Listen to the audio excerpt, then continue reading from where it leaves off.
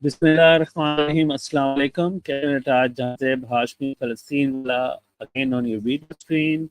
Today with me is a very special guest, a very qualified, educated, and a very tremendous personality, Dr. Ranjit Powar, if I'm correctly pronouncing her name. And she's from India, and I think from Punjab. Ranjit Powar. Ranjit Powar, and she has been working in the Punjab Commercial Services, and she is an author of books, and she's a psychologist, and she's a tremendous personality. Without wasting any time, let's go to her and introduce and welcome her to our show, and also would like to know about her as her introduction. So, welcome to our show, Dr. Ranjit, and please introduce yourself. Thank you very much for inviting me here today, Janazib. And through you, I would be extremely happy to interact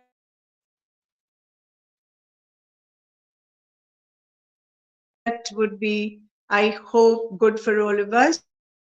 Thank you so much. I'm very happy to be here. About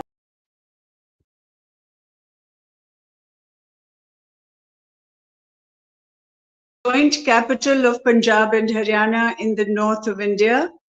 And this city is somewhat like Islamabad, a modern city and very well laid out and green. And I retired from the Punjab Civil Services, and now I am a writer. I write for national dailies. I'm a published author, and I am a psychologist too. And I offer voluntary psychological counseling to those who are in need. I'm also very engaged.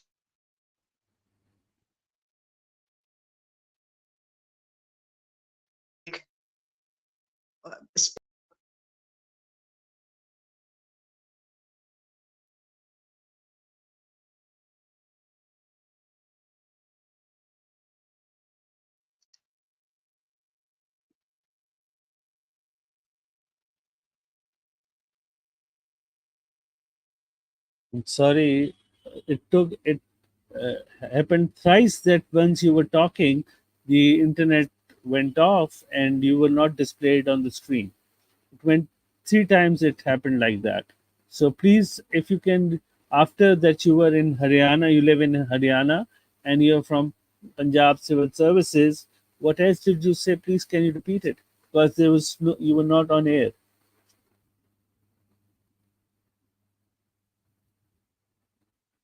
Yes, I hope my voice is coming across clear. It once you talk, it comes clear, but at times it happens that once you are talking, the entire screen vanishes, and it happened thrice that you were not seen or your voice was not heard on the screen. So what, again, you are not there.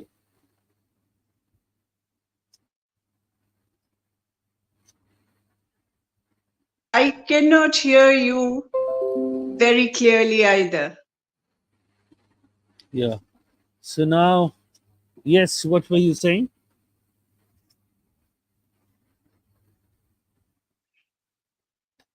So Um, you are from. uh, your voice gets cut in between. Maybe it's a connectivity problem. Am I coming across clearly now? Once you speak, the connection is okay, but in the meanwhile that you're talking, abruptly it goes Hello? off and you are vanished. Now I can hear you. My next question is, how did it There is a come came into you? connectivity problem. Yes. So what is you know psychology for you? How did you find interest in psychology?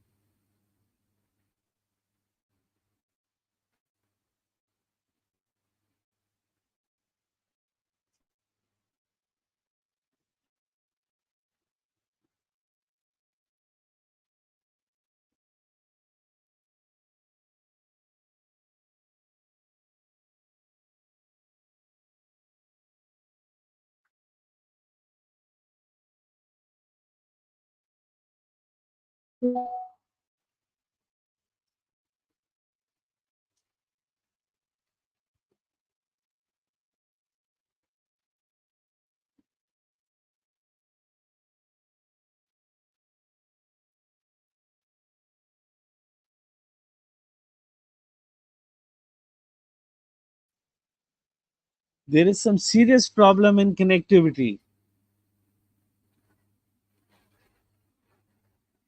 Can you hear me? Gee, can you hear me now? Yes, I can, but there's some serious problem with the connectivity now. Okay. So you were talking about your initial, your Haryana and your experience as a public civil service, uh, officer. What is your experience of PCS and living in Haryana? Please elaborate.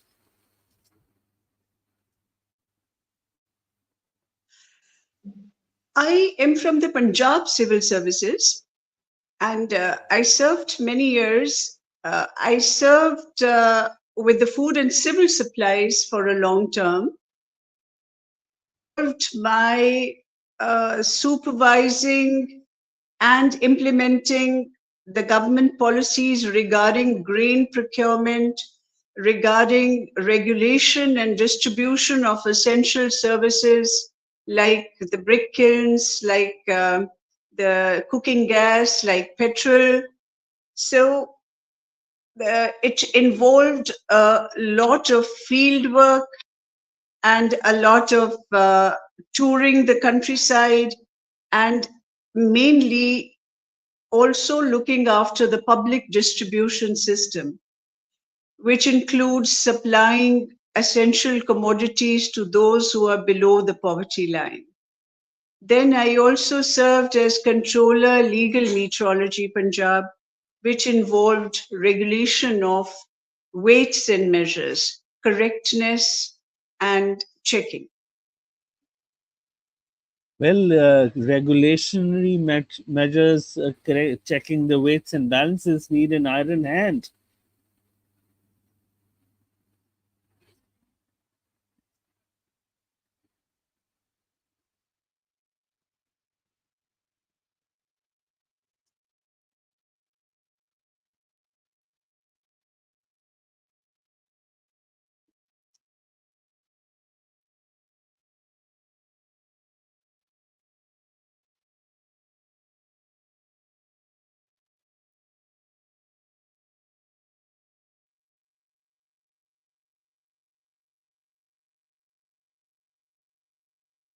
This internet is going off and on. Well, keeping an eye on weights and balances needs an iron hand.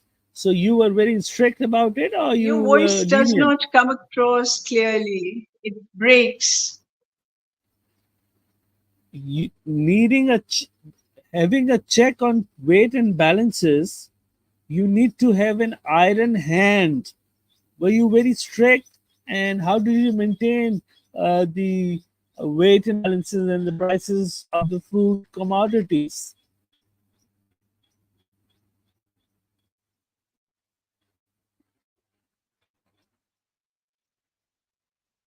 Did you get it?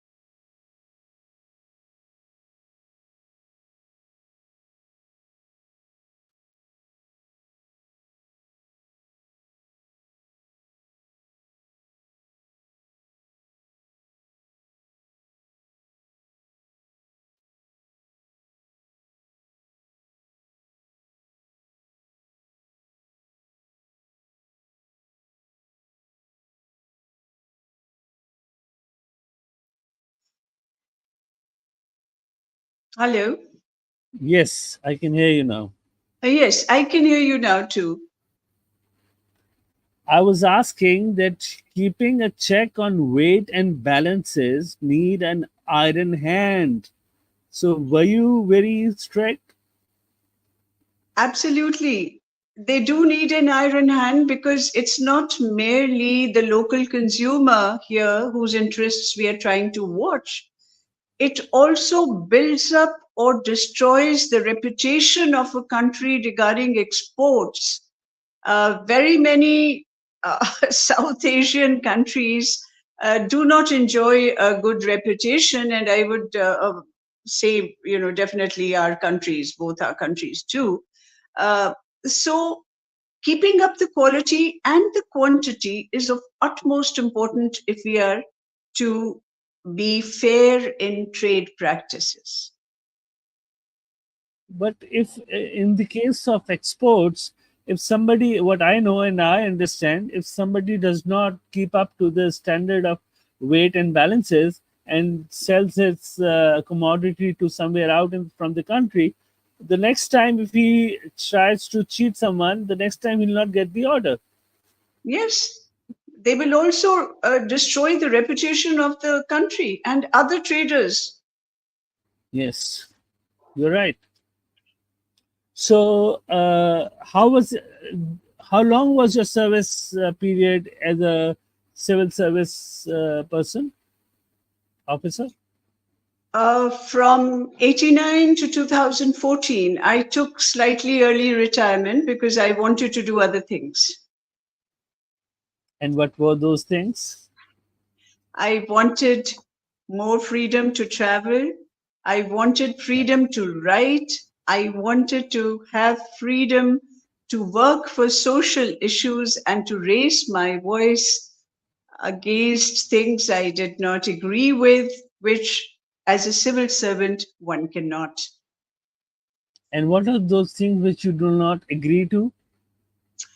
I do not agree with inequality, with the justice not being meted out where it should be, of reaching the lowest levels of society, of upholding democracy. These are the larger issues, and other human issues and gender based issues, there's no end to them. You're right. And do you write also on these subjects? Absolutely, I do. I record clips on them, I give interviews on them, I write about them, and also I go to the roads to when we need to and protest. And what difference you have been able to create or impact because of the efforts, your efforts, and your team efforts? Do you think any significance in the society because of your efforts? Jahan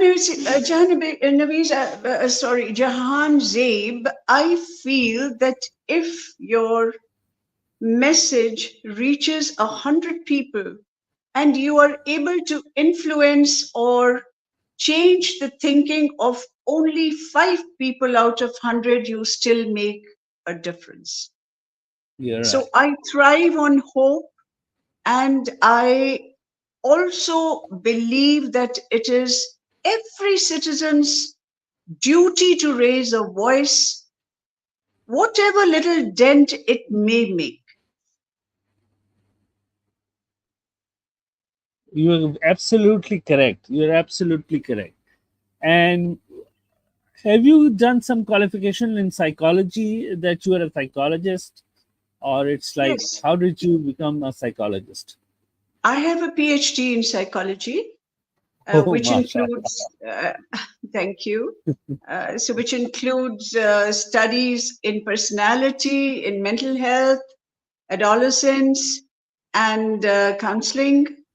And I continued, even though I was a civil servant on this side, I continued my voluntary counseling, uh, reaching out to people as they needed it. But after retirement, I have been focusing a lot on it and devoting a lot of time for telecounseling too, And I would like to include here that I am very glad that lots of people contact me for counseling from Pakistan too. Oh, great. Zabardast. That's great. So, you know, what kind of major problems do people have in South Asian countries like India and Pakistan? Psychological problems. What is why they are so depressed? I think that most of the people are depressed, hopeless, and helpless. Why is that so? Yes, some problems I think are similar across the globe. They pertain to human relationships, they pertain to depression and an increasing amount of anxiety. And like you said, it is a very sad indication of where our civilizations are going that you find, especially problems of hopelessness, of insecurity and anxiety rising sharply in the youth. One would Exactly. maybe associate it more with people as they age because physical ailments take their toll too. But no, it is our youth and our adolescence which now needs attention for problems and It is. challenges which are very ambitious most of the time. Is it because of their fear of not entering into a career where they can, sustain themselves easily or like comfortably? Their their fear of not getting a career where they can earn their living substantially. Is that so? Is that the reason why the fear with this psychological trauma occurs in them, in mainly in the truth youth? Absolutely, you're right. That is one of the major reasons. Because one, we have our entire society has redefined success. The definition now is how much you earn, how high can you rise in society in status and power,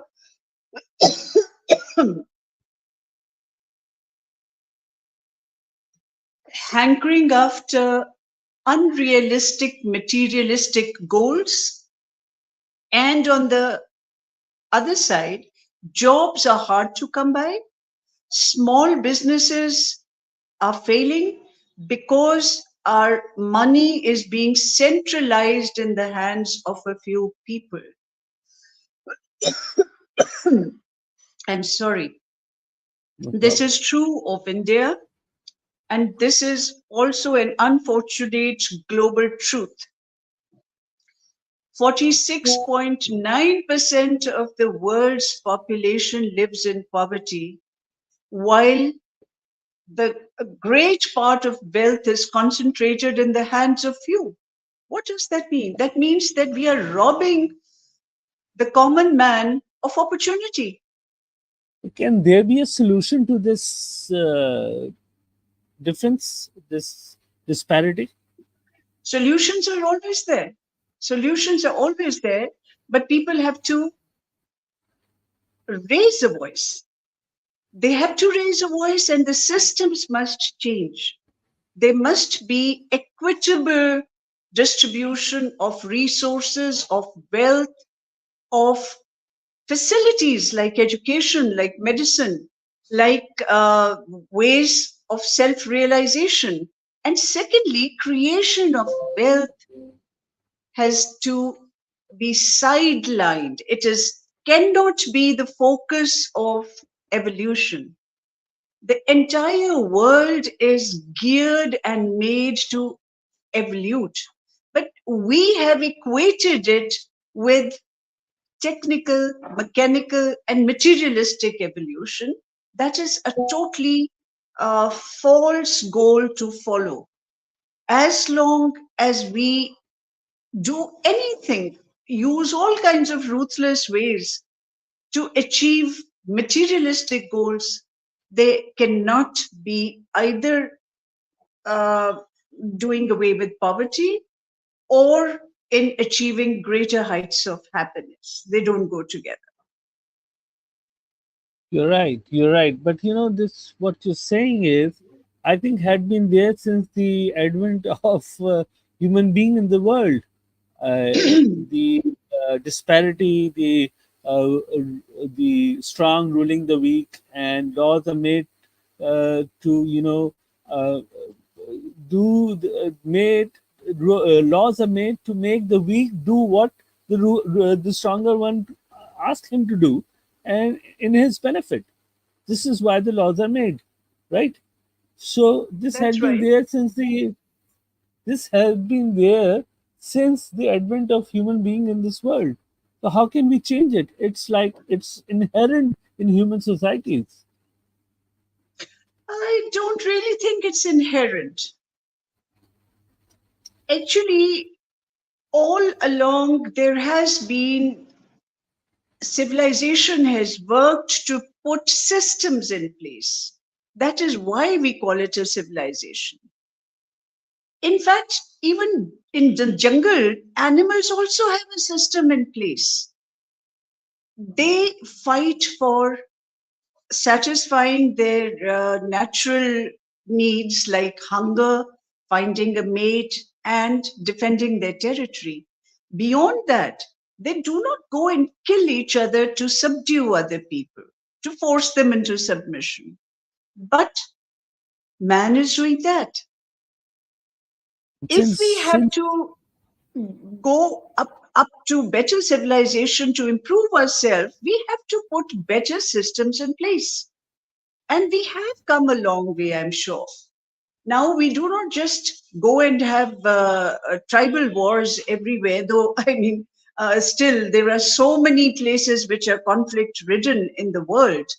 But unless we set fair rules of play, we cannot bring order to the world. And the disorder is equal to destruction.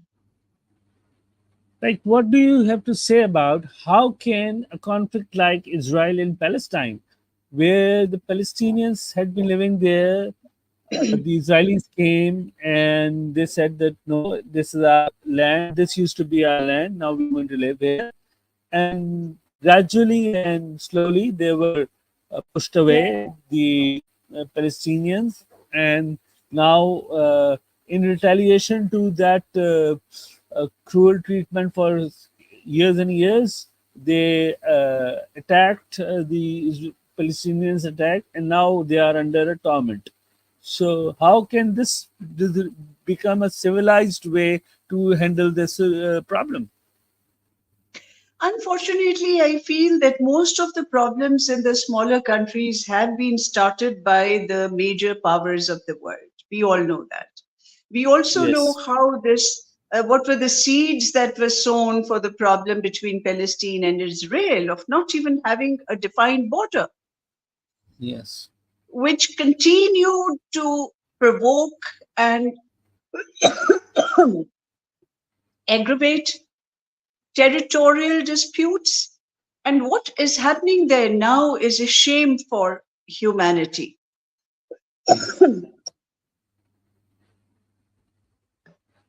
Whatever the earlier reasons were, nothing justifies slaughter of innocents for the wrongdoings of a few terrorist acts, which can be dealt with too in a more constitutional way.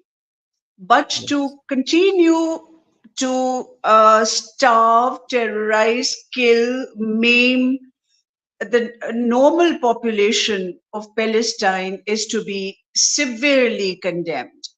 And not only that, I feel that the entire world, which is not doing anything, not taking any strong measures to harness Israel, is somehow or the other being a party to it. And this is true of wherever violence either instigated by countries who have their own agenda, or otherwise where people are not stepping in favor of the weak, they are all part of it. Right. And if you agree that people from your part of the country, Kashmir, they are also asking for a free plebiscite or freedom of their self determination. So they are also being not allowed to, choose their own government and have their own rules to be governed in their part of the land. So do you agree with that?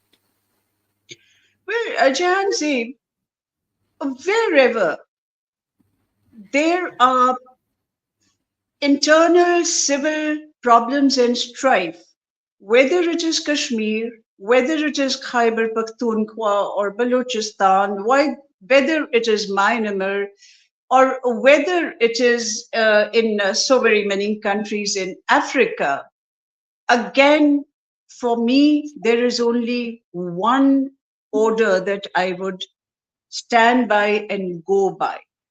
That is, respect the people of the land, respect their independence, respect their human rights.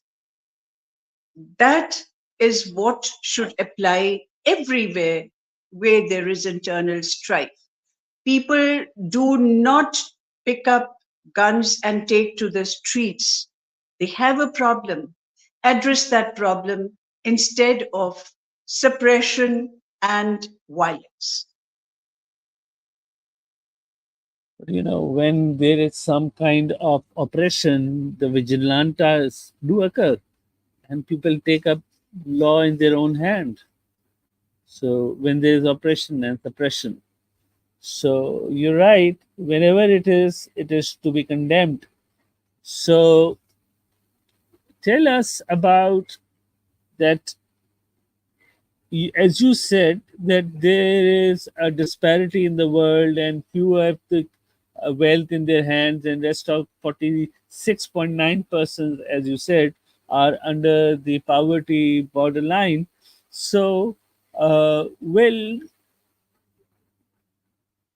anywhere in the world, there is no country where you can say that there is no disparity. May it be America, Europe, everywhere. There are people found who are below, they are beggars living on streets, and they are being marginalized, ethnicity is there. So why can't even those civilized, highly educated society prevent such kind of discrimination? Because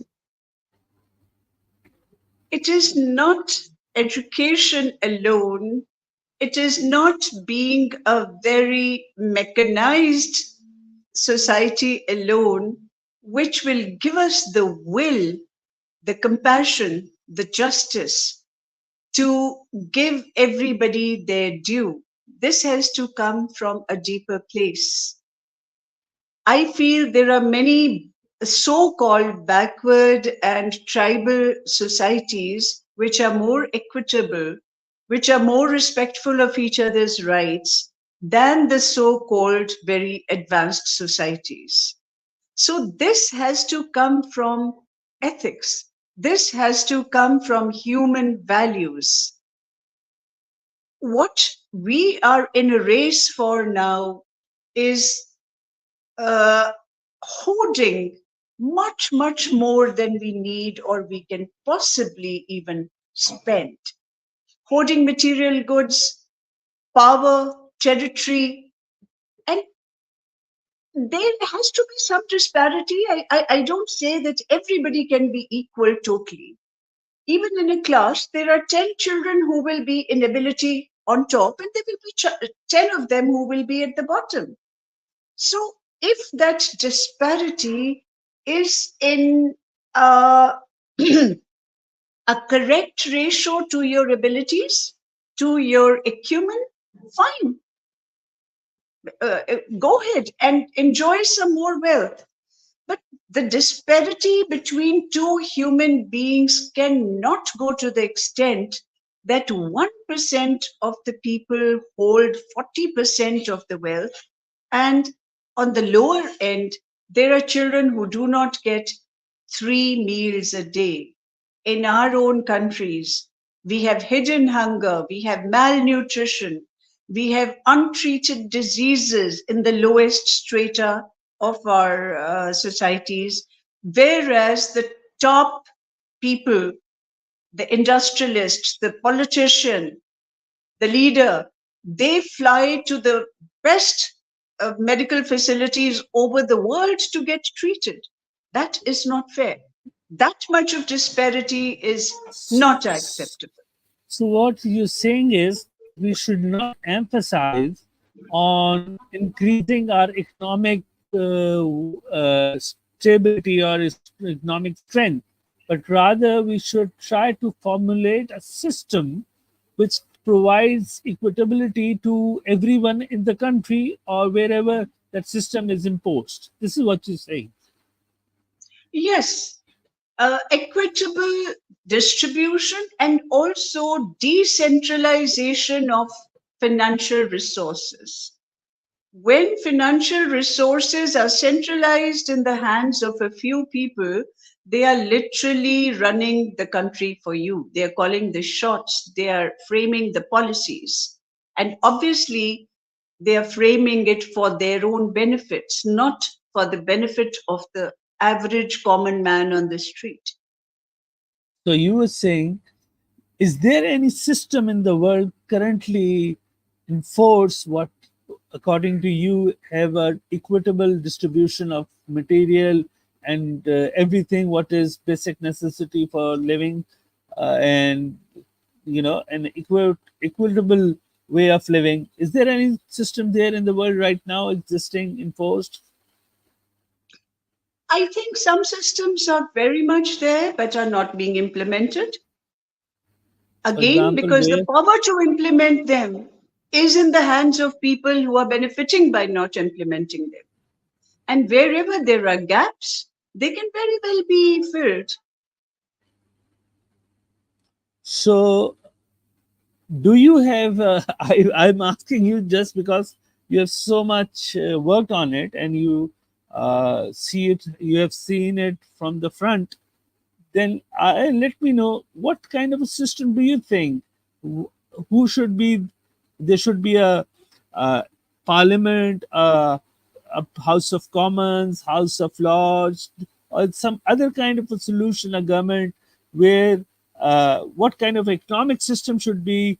Well, it should be based on interest, or should be a barter system, a capitalistic system, a monarchy, or what kind of a totalitarian system? What kind of a system should it be? Jahanzeb, I feel that a monarchy or a totalitarian system are absolutely not in keeping with the modern times. I think not even as symbols. The worst kind of democracy that promises individual freedom, that promises raising of issues, of vocalizing concerns, is the best system, regardless of a monarchy or a totalitarian system, which might be doing well at the moment. So they are totally out. I would absolutely go for a democratic system. And within the ambit of a democratic system, I think it's not relevant really whether you have three houses or you have a presidential system. What is important here is the intent. What is important here is the genuineness of making a system work. We can put a system, the best system together on paper. We can swear by our constitutions, but if we do not implement them, if we have no intentions of following, whatever rules we have put in place, it's going to fail.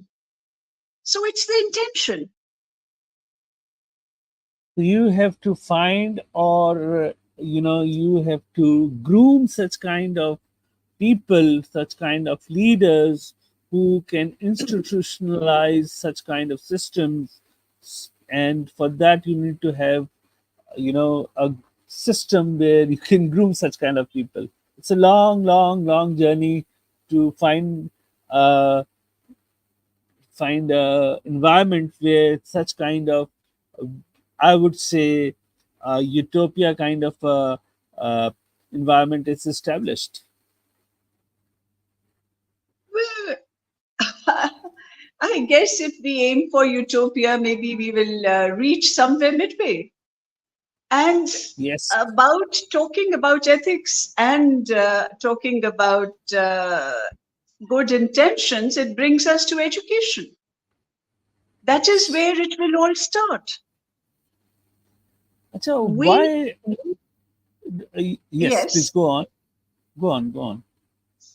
our education system is turning fast, turning into churning out degrees to get jobs, churning out degrees which train individuals to make money, not to evolve as better human beings.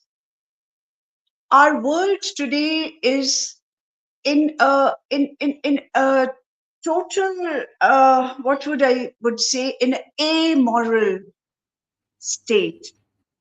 In it, that the morality parts, the ethics part have been totally left out.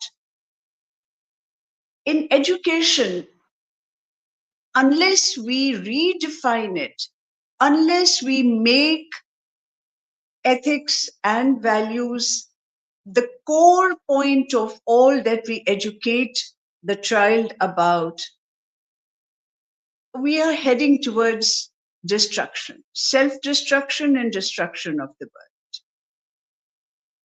world. You must be knowing Sir Ken Robinson, a famous educationist. He says schools kills creativity, and the traditional way of teaching in our schools, the education, is basically for the industries that we make people to earn more, and the industrialists want their product to be handled by these students and the people. So what I and we in, Mr. Rehan Lawala, I hope you know Yes. him very well, but he is leading a system which is digitally based. He says that acquiring education from sitting at home, but you know, connecting with people all around the world by a small child sitting in one of the slums of Karachi, eh, according has been able to, in his system, Rehan's system has been able to, that child has been able to connect to a doctor from Sweden, a lawyer from San Francisco, a professional from Canada. So he has arranged a system where children are able to connect all over the world and talking about issues confronted to the globe. So this is what kind of education he's trying to spread. With this education, at a very young level, they are able to earn money for themselves and for their families. And also, they are enriching their mental horizon, their mental caliber, by talking to people who are established, having a point of view, and they've been taught TED talks, the speakers who have done something in their lives or been exposed to good marvelous experiences, and they share their experiences on TED talk, and these students learn from them and try to connect with them. So, do you agree with such kind of a system? Oh It yes, will help. I totally applaud his efforts. It's wonderful to hear about them because exposure and interaction with different sections of society, with different communities, with people from different nations, that is a very integral part of education. To also to minimize prejudices, to minimize the feeling of othering for people who are not like us, this exposure and interaction would be very helpful to minimize that. Yes. And by intermingling cultures, you'll find a culture which is acceptable to everyone. Sorry? Agreed? By Yes. intermingling in cultures, you'll find a culture which is acceptable to everyone. Yes, yes.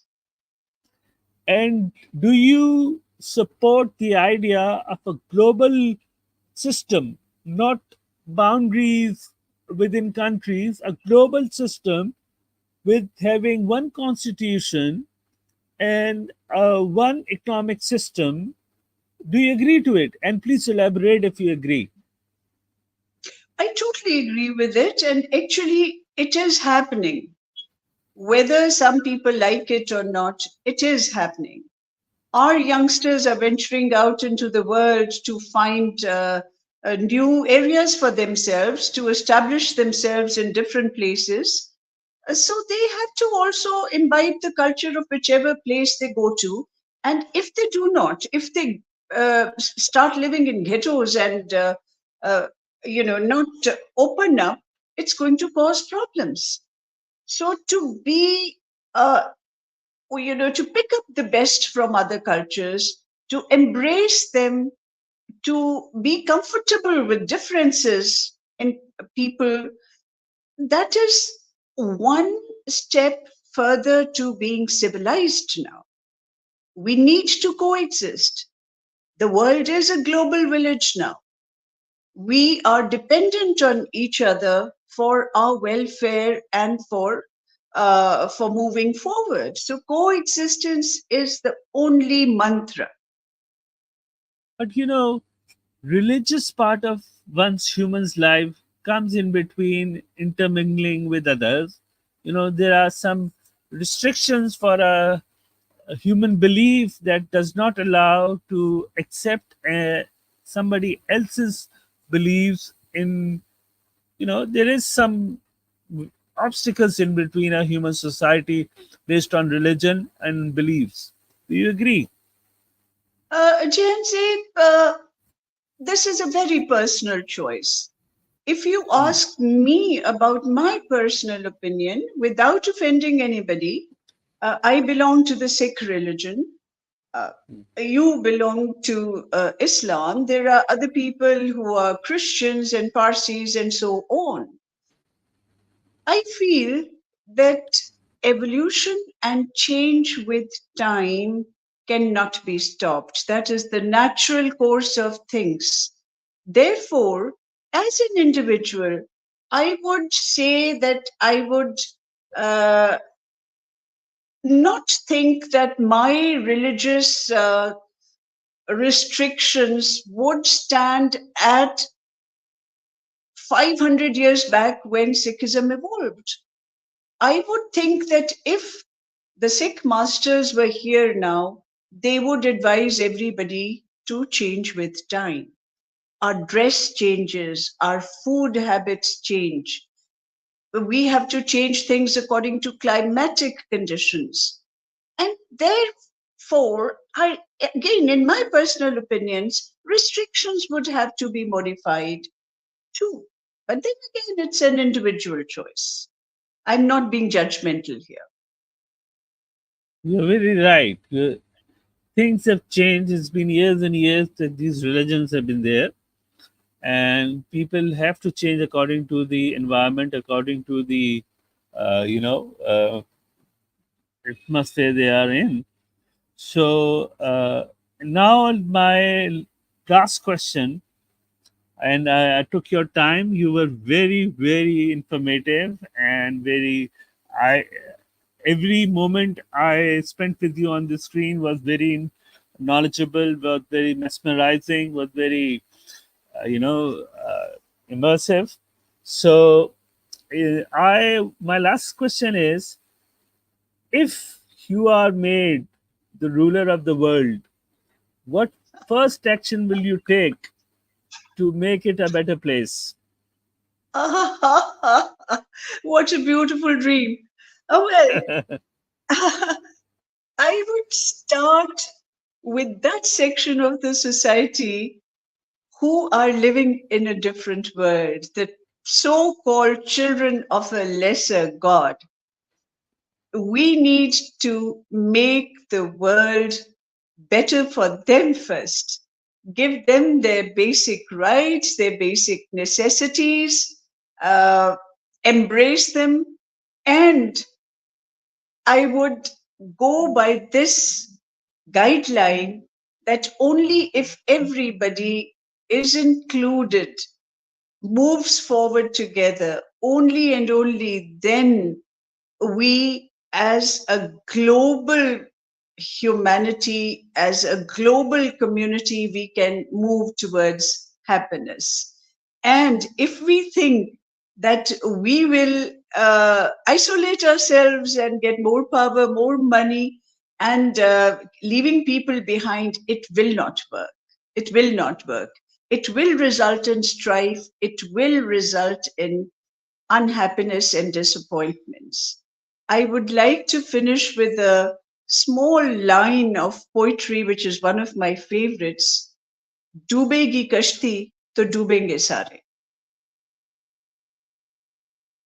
Okay, thank you very much. डूबेगी कश्ती तो डूबेंगे सारे, और अगर नहीं डूबेगी कश्ती तो सारे साहिल पे पहुंच जाएंगे। बेशक. Thank you very much. Zabardast. Thank you very much, Dr. Ranjit Powar. She was with us, and she, shared her views about so many things about uh, humanity, about how we can have a better world, and how we can have equal systems in the world for everybody, and equal distribution of materialism, and what is the perils of discrimination and injustice. And thank you very much, Dr. Ranjit Powar. It was a great uh, session with you, and thank you very much. Janazib, thank you so much for inviting me to your show. I have enjoyed every minute of it. And through your show, I convey my best wishes and love to all the people who are watching me in Pakistan. Adab. Thank you. Thank you very much.